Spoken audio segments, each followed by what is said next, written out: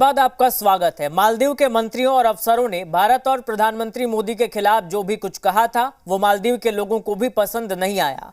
मालदीव के नेता ने तो अपनी ही सरकार को भारत से माफी मांगने को कहा, यहां तक कि भारत के अपमान पर मालदीव की सरकार में ही फूट पड़ गई है।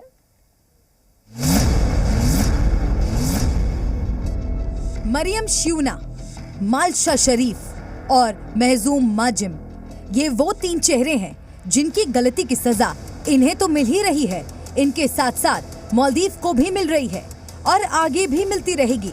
मालदीव की 2 महीने पुरानी सरकार में ये तीनों मंत्री बने थे। तीनों की उम्र 35 से ज्यादा नहीं होगी।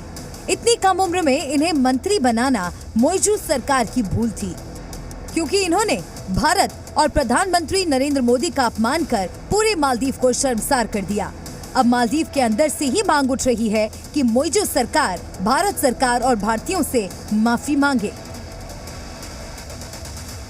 I know that the government has suspended the ministers, but I think it is important that the government of Maldives issue a formal apology to the Indian people. We're very aware of how dependent we have been on India, and that India has always been the first responders for whenever we are in need.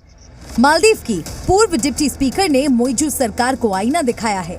उन्होंने कहा कि जब जब मालदीव संकट में रहा, भारत ने सबसे पहले मदद की। मोइजू सरकार 2014 का जल संकट शायद भूल गई, जब मालदीव बूंद बूंद पानी के लिए तरस रहा था। प्रधानमंत्री मोदी ने मालदीव को तत्काल पानी भेजने का आदेश दिया था। भारत ने ऑपरेशन नीर चलाया। वायुसेना के विमानों से पानी की सप्लाई मालदीव तक की गई।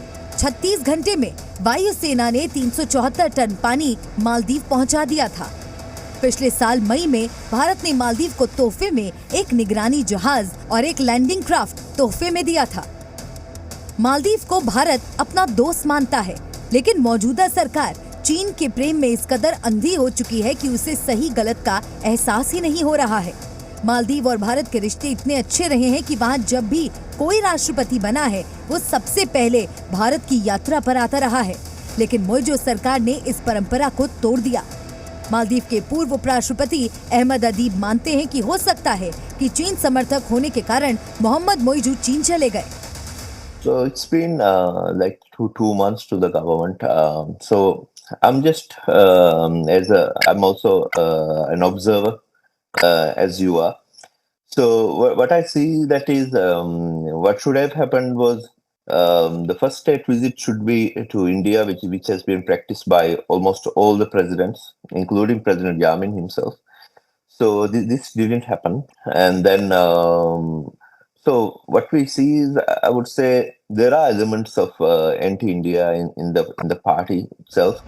मालदीव के जिन 3 मंत्रियों ने प्रधानमंत्री मोदी के खिलाफ अपमानजनक टिप्पणी की थी, अब उनके बयान को मालदीव के विदेश मंत्री ने भी खारिज कर दिया है।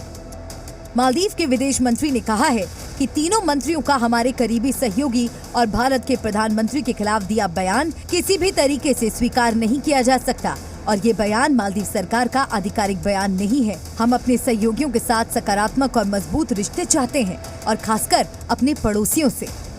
मालदीव सरकार की ओर से शनिवार को भी सफाई दी गई थी। अब विदेश मंत्रालय ने भी सफाई जारी कर दी है, लेकिन कहते हैं ना, जुबान से निकला हुआ तीर कभी वापस नहीं लौटता। उसी तरह मालदीव के मंत्रियों का बयान उसके गले की हड्डी बन जाएगा। मालदीव के मंत्रियों की गलती की सजा उन्हें कुर्सी गवाकर तो मिल गई है, लेकिन इनके करतूतों की सजा आगे भी पूरे मालदीव को भुगतनी पड़ेगी।